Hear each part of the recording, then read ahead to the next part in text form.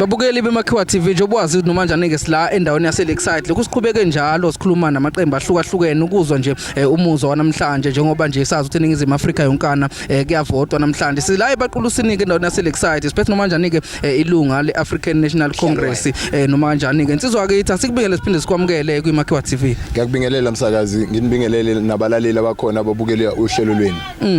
Mhlambe sikhuluma nobani wakabani? Sikhuluma noZipho Zwane okuyena uleader ama-election kuleli wadi lase Ward 22 aphinda bohlalo ANC kulona leli wadi.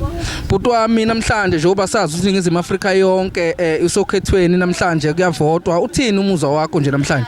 Ngithi mina abantu base South Africa bonke bathole ithuba akade belilindile esifisayo ukuthi ngaso sonke isikhathi belisebenzise kahle. Ngokwethu la esikhona eWard 22 sibona sonke isimo sahamba kahle zonke inhlangano ziyabekezelelana kukhona futhi ukuthi wonke umuntu ufisa ilungelo lakhe ukuthi libe imfihlo likwazi ukuthi akekho umuntu usajinazwe isithunzi noma usehliswe isithunzi okuyinto esibona ngathi ukhetho lisahamba kahle.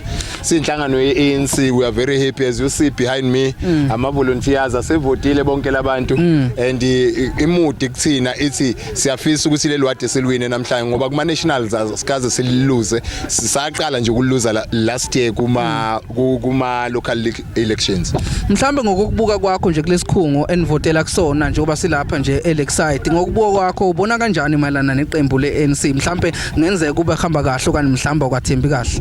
No njengomuntu oleader ama-election ngikakwenza kuqonde nje ukuthi namhlanje izolala ikhombene and namhlanje eLakeside yonke uma sekuphuma ama results uCyril Ramaphosa uzobe upresident kuleli wadi esikulona ngoba ngiyathemba ukuthi umsebenzi esiwenzile ukucampaigna nokuqhuquzela abantu bazwile abantu babonile namanje uma besuka ngaphakathi bayadlula kuthina becele izinto zenhlangano yethu okutshengisa kona ukuthi noma bengayigqokile besaya kodwa masebebuya bayayifuna imfaniswano ukuthi bayafisa ukuthi beqinisekise ukuthi uhulumeni okhona uyaqhubeka. Amazwi akho okuphetha sisiphetha mfowethu.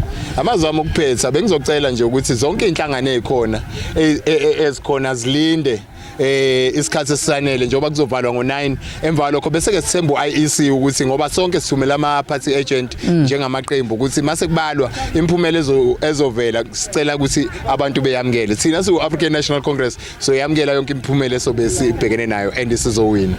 Asibonge isikhathi kanjalo nethuba babukeli beMakhiwa TV siyabonga kakhulu. Siyabonga nazi.